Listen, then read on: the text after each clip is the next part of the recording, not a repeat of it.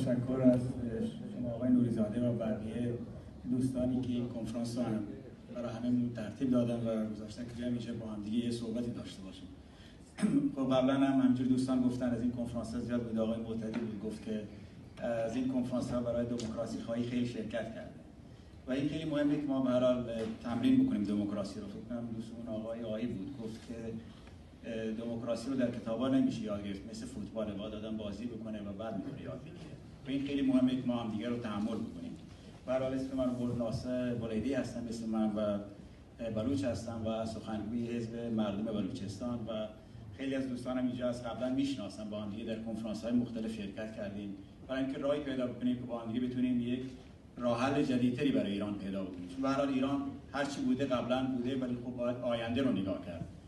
گذشته رو نمیشه درست کرد، آینده رو فقط میتوان درست کرد و اون یک ما باید به فکر اون باشیم. چیزی که گذشته کسی نمیتونه پدرش رو زنده بکنه، ولی میتونه بچه‌ش رو زنده نگه داره. این برای ما خیلی مهمه. اینو باید نگاه بکنیم و به این شکل باید فکر بکنیم، وگرنه خب دچار همون مشکلاتی قبلا بودیم میشیم. به نظر من خب بعضی اوقات این مسئله احساس خیلی مهمه، ولی خب احساسات برخی چیزایی هستن که آدم باید برای خودش نگه داره. این خیلی مهمه که اینا رو بتونه کنترل بکنه، چون برای سیاست یک مسئله خیلی پیچیده هستش. سیاست یک موضوعی هستش که یک بخش بزرگی از جامعه رو در نظر میگیره. ما همه فکر می‌کنیم که ما یک حزب سیاسی داریم یا یک تعلق فکری داریم، بر اساس اون فکر باید این دنیا رو سازماندهی بکنیم.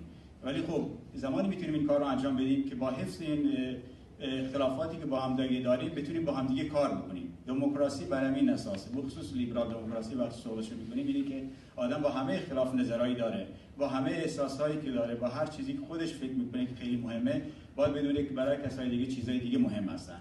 انسان‌ها معمولا دنبال چیزی میرن که ندارن. مسلماً در ایران دولت جمهوری اسلامی ایران تضادهای متفاوت رو استفاده کرده. زن‌ها رو صرفاً به خاطر زن بودن ستم می‌کنه، ولی مرد به خاطر صرفاً مرد بودن ستم نمی‌کنه. اگه پیدا بشه یه مردی که شیعه هستش، ولایت فقیه رو قبول داره و اون چیزی که رژیم به اصطلاح برای خودش درست کرده اون رو قبول داره، و مسلمان میشه، ترک هم باشه، نصف ترک باشه یا نصفش نمیشه، کرد هم باشه یا عرب هم باشه، مثل شمخانی میتونه رئیس جمهوری، رئیس سازمان امنیت ملی ایران بشه. ولی خب باز میگی که به هر حال خیلی از جمعیت ایران مسلمان شیعه نیستن و خیلی از جمعیت ایران هم مرد نیستن، اونا بهشون ستم میشه. وقتی آدم چیزی نداره دنبال اون هستش. مثلا من بلوچ وقتی که فکر میکنم در ایران زندگی میکنم، وقتی که زبانم از بین بره، این برای من خیلی مهمه که اینو حفظ بکنم. وقتی نتونم اینو حفظ کنم در ایران، خب برای من سوال ایجاد میشه چجوری اینو باید حل کرد. راه حلش چیه؟ راه حل‌های متفاوتی در جهان امروزی ما دیدیم. همونطوری که اینجا آقای نوری‌زاده گفتن، مثلا سوئیس یکی از پیشرفته‌ترین و بهترین کشورها هستش. من خودم هم اونجا رفتم مطالعه کردم فدرالیسم سوئیس رو. بعد از طرف دانشگاه اونجا به اصطلاح به عنوان مهمان اونجا بودم، ببینم فدرالیسم سوئیس چجوری کار میکنه. و به نظر من سوئیس یه جامعه هستش که باید گفت که یکی از دستاوردهای خارق‌العاده انسانیته. جامعه‌ای که هر کسی احساس امنیت میکنه. جامعه‌ای هستش که مردم اگه هر چی درست بکنن، سیستم سیاسی مناسبشون درست کردن. در سوئیس هم جنگ بوده بین کاتولیکا و پروتستان‌ها. واقعیتش اینه که پروتستان‌ها جنگو بردن. ولی میگن آقای چرچیل گفته که magnanimity in victory، یعنی در پیروزی آدم باید بزرگوار باشه. اونا بزرگواری نشون دادن و بقیه مردم سوئیس گفتن خب ما بردیم خیلی خوب، ولی حالا همه زبان‌ها باید برابر باشه، همه مذاهب باید برابر باشه. شما می‌خواید یه جامعه درستی درست بکنید و در این کارشون هم موفق شدن.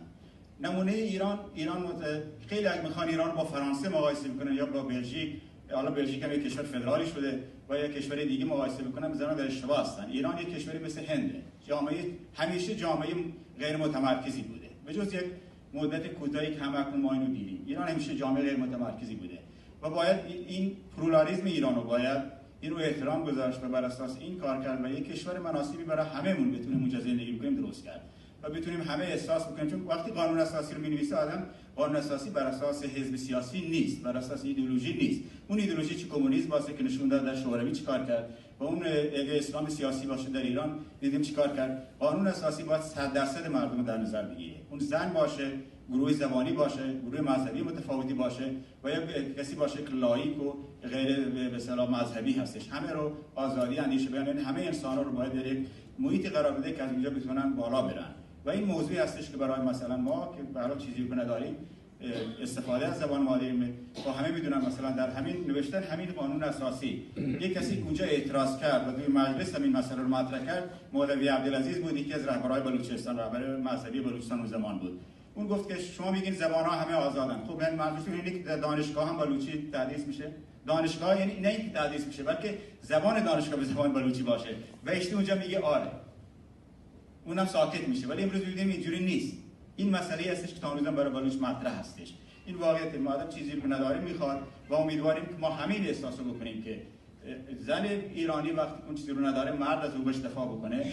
فارس ایرانی وقتی من بلوچ زبان رو نمیتونم در ایران تدریس بخونم و زبانمو یاد بگیرم از من حمایت میکنه. اون موقع ما جامعه دموکراتیک و لیبرالی و یک جامعه بر اساس خواسته اکثریت مردم درست میکنیم. با تشکر.